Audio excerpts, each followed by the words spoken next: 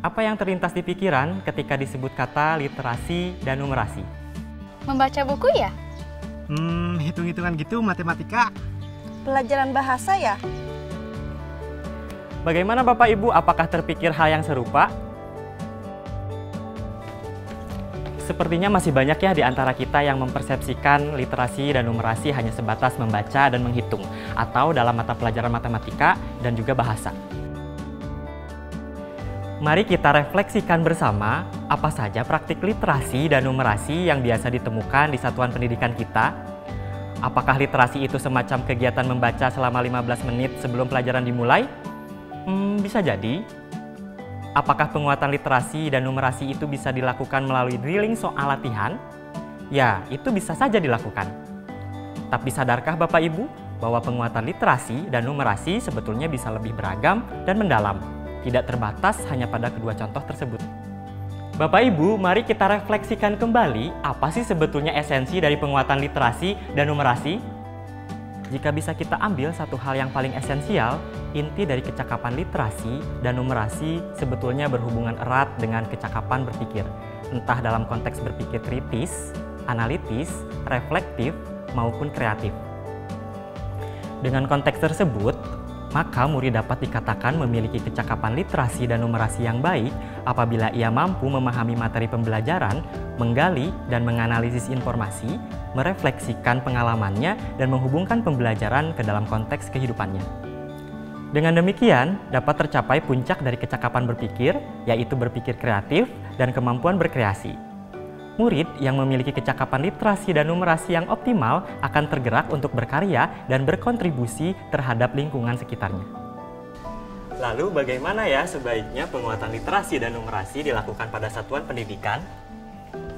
Mari kita simak contoh berikut ini. Anak-anak, jika ibu menyebut istilah konflik, yang kalian terpikirkan apa sih? Apa? Gustian? Putus sama pacar, Bu. Putus sama pacar. Oke, Cindy. Pertentangan, Bu. Pertentangan. Oke, jadi konflik itu adalah pertentangan. Atau bisa jadi perpecahan, ya, atau ketegangan. Jika dikaitkan dengan mata pelajaran sosiologi, yaitu konflik sosial, ya, berarti suatu pertentangan, perpecahan atau ketegangan dalam setiap unsur masyarakat.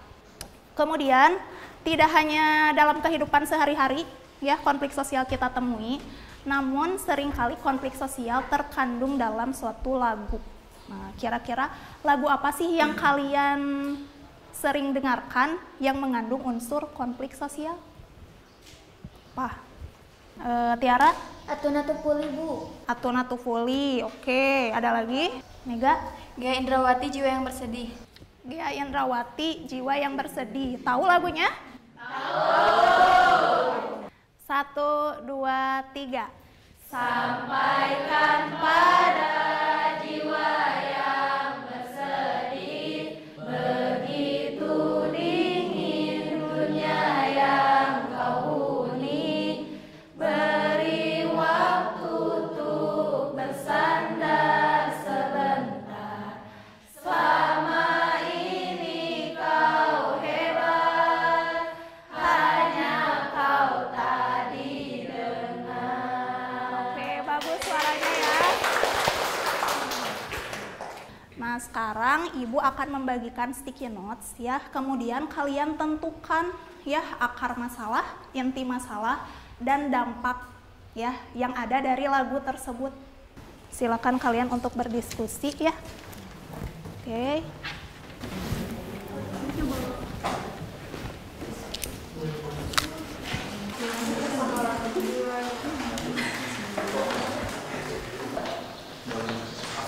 Kelompok ini udah beres belum? Belum. Nah, ini kenapa nih, Rifki? Pusing? Enggak, Bu, gak paham. Gak paham, gak paham sebelah mananya?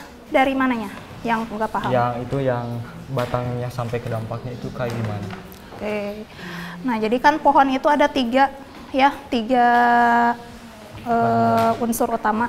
Ada akar, batang, dan daun. Nah, kita analogikan pohon itu ke dalam pohon konflik. Jadi konflik itu tidak serta-merta langsung terjadi.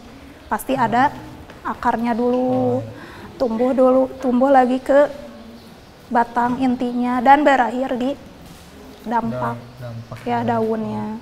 Coba Rifki pikirkan lagi dan saling bertukar pikiran sama temennya biar nanti paham ya. Bu Resmi menggunakan strategi literasi melalui teks multimodal berupa lagu untuk membumikan konsep yang kompleks. Beliau juga menggunakan pengatur grafis untuk memetakan konsep yang abstrak agar lebih mudah dipahami murid.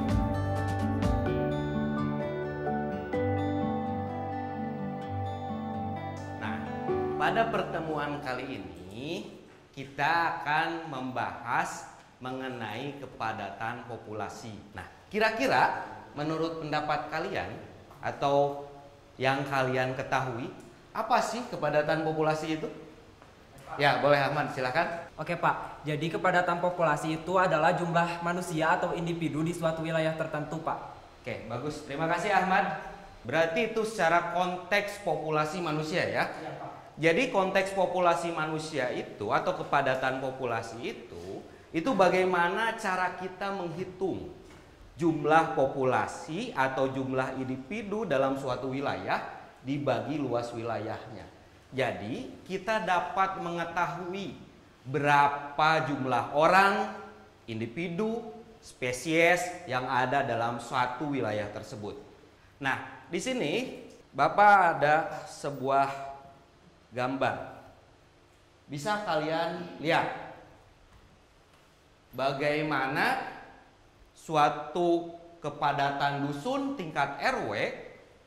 Lihat, apa yang bisa kalian lihat di sini? Apa? Sampah. Ya, itu salah satu contohnya. Kemudian Bapak gambarkan lagi. Jumlah kelas kita ini ada berapa? 25. Nah, apabila Bapak tambahkan lagi nih teman-teman kalian supaya masuk ke sini 25 lagi, apa yang kalian rasakan? Ya, Salwa silakan. Ruang kelas menjadi panas, Pak. Ruang kelas menjadi panas, oke. Kemudian siapa lagi? Ya, Repi, baik. Ruangan kelas menjadi banyak sampah, Pak.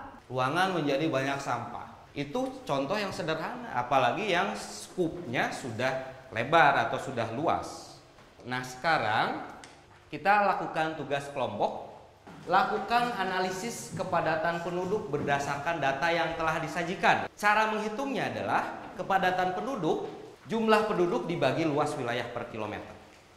Pak Sarip menggunakan strategi memberikan pertanyaan pemantik untuk memahami konsep yang abstrak secara bertahap, serta mengajak para murid memvisualisasikan agar murid dapat membayangkan atau membuat imaji tentang sebuah situasi. Nah, bagaimana Bapak Ibu? Setelah menyimak contoh tadi, apakah Bapak Ibu bisa melihat berbagai bentuk penguatan literasi dan numerasi yang dapat dilakukan?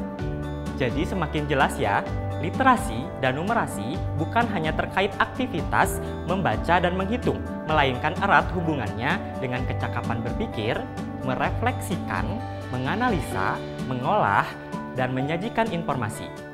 Hingga kemudian pada puncaknya, murid berpikir kreatif, solutif, dan menghasilkan karya. Oleh karena itu, perlu kita ingat dan refleksikan secara berkelanjutan bahwa penguatan literasi dan numerasi memang menjadi tugas guru di setiap mata pelajaran dan selalu menjadi bagian dari proses pembelajaran.